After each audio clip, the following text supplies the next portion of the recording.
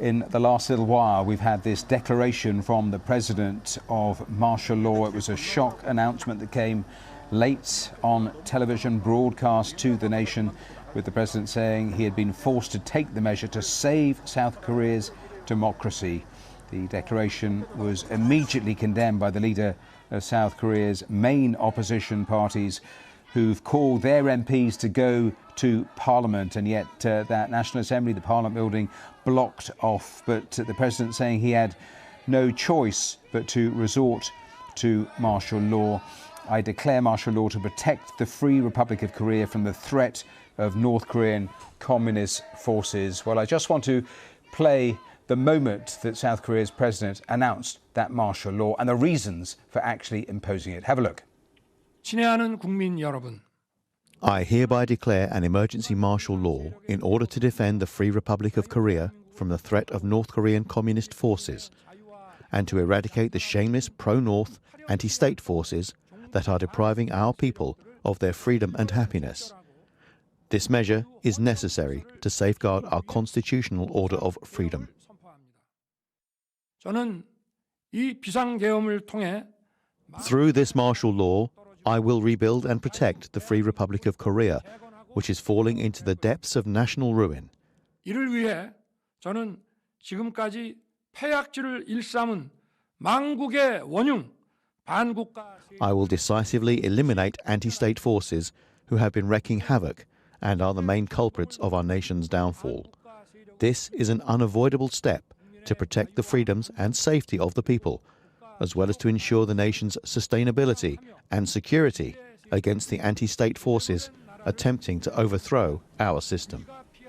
Well, there it is. That was the announcement that came in the middle of the night with no warning. These are the live pictures of the Parliament building. You can see the South Korean flag there fluttering at the top, and there are a number of people who've got as close as they can, but we know that various police buses have been parked and moved to block the entrance to that Parliament building, with certainly supporters of the president eager not to allow those MPs into the Parliament building, because the opposition were trying to get MPs there, trying to actually have a vote to overturn what has been declared. They have condemned the move, calling it unconstitutional, and had they been able to get inside and have a vote, potentially they could have tried to overturn what has been announced, but that is not happening, because that whole area has now been cordoned off and sealed off, and that's what you're seeing there in the pictures. I was saying a little earlier that helicopters too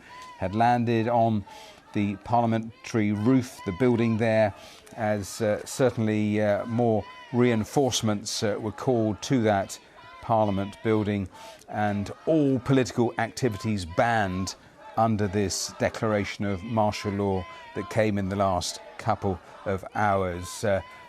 So those some of the live pictures that are coming in to the building. I want to actually bring in a guest, Elizabeth Braw, a senior fellow with the Atlantic Council's Transatlantic Security Initiative. Her focus is on defence against grey zone and hybrid threats. And Elizabeth, thank you for being here on the programme. I know I was going to talk to you about what the new head of Britain's Cybersecurity Centre has been warning a little earlier in the day, but you join us as we watch these really fluid and certainly surprising developments in South Korea. What are you making of what you're seeing? These are extraordinary developments and frankly quite unexpected, but we do know that South Korea had been in a difficult position for in recent weeks due to Russia's and North Korea's increasing collaboration and the West's inability to do anything about it. So Russia and South Korea teaming up in recent weeks to bring North Korean soldiers to Russia. And crucially, from a South Korean perspective, that was a quid pro quo. We don't know exactly how Russia is helping and will be helping North Korea in return. But those soldiers didn't come for free. And that is the South Korean concern, hugely destabilizing. That is really interesting, because I was asking one of our previous guests about exactly the point that you raise. When we don't know what is happening, this may be a political tussle, but it is entirely possible that those broader parts of the equation now involving North Korea, involving Russia, they could be at play here in some way, couldn't they?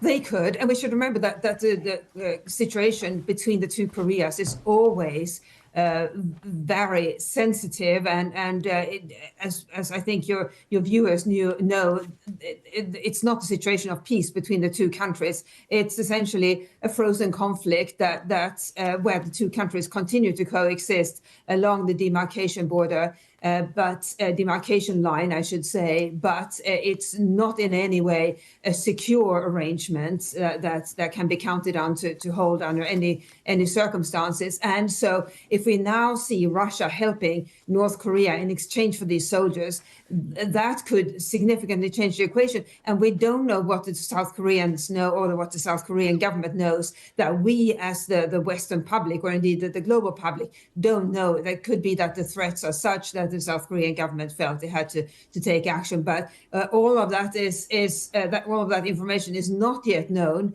But what is clear is that the situation has deteriorated for South Korea in recent weeks, and it's not just about the North Korean soldiers going to Russia. It is about increasing collaboration between Russia and North Korea. Well, more generally, there has been going.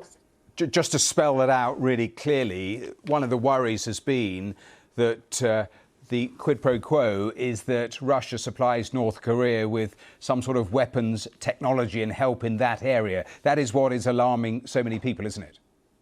Yes, it is. And North Korea, we should remember, has been making great strides itself in developing new weapons, testing them with great fanfare and publicity. And now we have Russia contributing to that effort, and there has been an increasing collaboration. We've seen increasing collaboration between Russia and North Korea ever since the Ukraine war began, when Russia was frozen out of the globalized economy through Western sanctions, and as a result, focused much more on collaboration, economic and otherwise, with countries that are willing to trade with it. North Korea is a key protagonist in that, China important as well. And that is not making the situation any easier for South Korea being located where it is. Just give me your assessment of the impact of this level of insecurity now in this part of the world. It is a rapidly deteriorating situation where all kinds of rules are being broken. It's not just Russia invading Ukraine, it's Russia and China openly violating rules. For example, when it comes to global shipping, Russia by exporting oil through the shadow fleet, China by importing that oil. That is the sort of activities that North Korea has long been involved in. But it is concerning from a European perspective, from a Northern American perspective.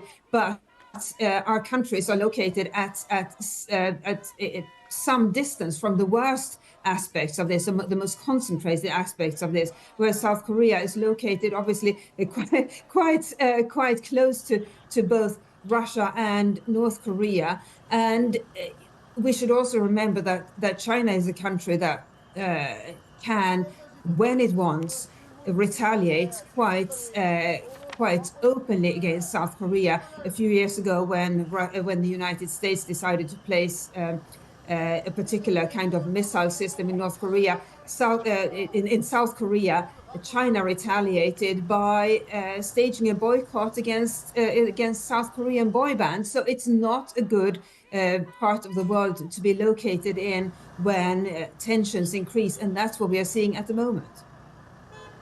Elizabeth, I wonder if you can just stay with us, because I just want to bring in for the next few minutes Soo-min Hwang, who's a former head of the BBC's Korean service. And Soo-min, in terms of the latest, I'm just reading the latest wires from the White House saying they're monitoring closely as South Korea declares martial law, as you would expect. So many eyes on these live pictures, on the events there in South Korea. What is the latest that you're hearing? So what we're seeing is the footages where people have gathered in front of the National Assembly, where all the political activists have now been banned under the martial law, and people are chanting, "This is a sin, you shouldn't be doing this," and people are shouting at the gate, "Open the door, open the door." And that was the latest video footage I've seen on social media. Some of the details of the martial law has now come out, where all publishers and press activities has to be monitored under the law, and political activities, including protests and any gatherings, are banned. And if they are broken, then under the law now people can be searched without warrant, arrested or detained. So those are major restrictions that are coming in. Is there a curfew? Curfew, we don't have the details yet. The last martial law that South Korea had was in 1979, which was a while ago, and that happened after the assassination of a dictator who seized power under the military coup. Now it's a very different time. People are a lot used to the democratic society, so people are in utter shock, and they are very angry that this is happening right now.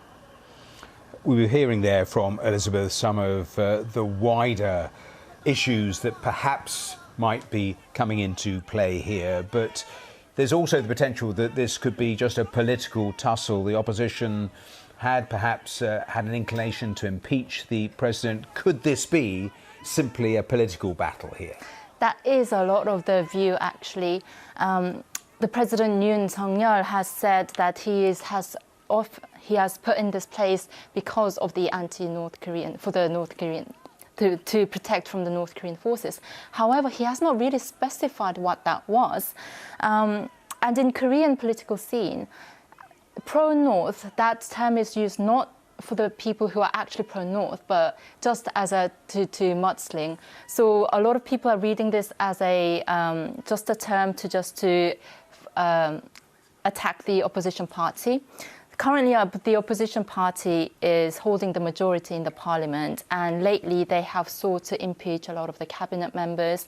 The Yoon Suk Yeol's first lady is currently under a lot of scrutiny for influence peddling and corruption, and people and the opposition party are very unhappy that she is not thoroughly being investigated. And also this week that they have slashed the government budget, which Yoon Suk Yeol is not very happy about. So all of this context brings to an analysis that this is more politically driven rather than the national security itself.